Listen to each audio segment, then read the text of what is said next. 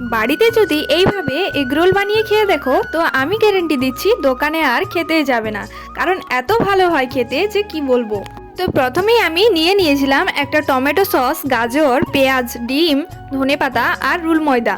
তারপরে রুল ময়দাটা চেলে নিয়েছিলাম আর তার সাথেই পরিমাণ মতো নুন আর জল দিয়ে ভালো করে মাখিয়ে নেব। আর মাখানো হয়ে গেলেই 10 মিনিটের মতো ঢাকা দিয়ে রেখে দেব। তারপরে বড় বড় লেচি কেটে নেব।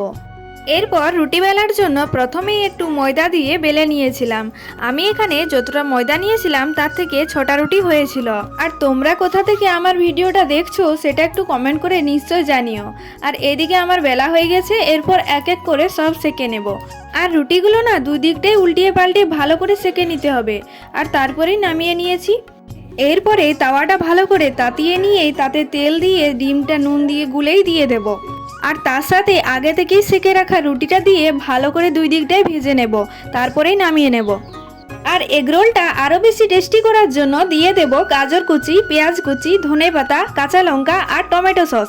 ব্যাস, আর কিছু দিতে হবে না, এরপর রোল করে খেলেই হলো। বন্ধুরা, এইরকমই নতুন নতুন রেসিপি দেখতে চাইলে আমার এই চ্যানেলটিকে সাবস্ক্রাইব করতে একদম ভুলো না।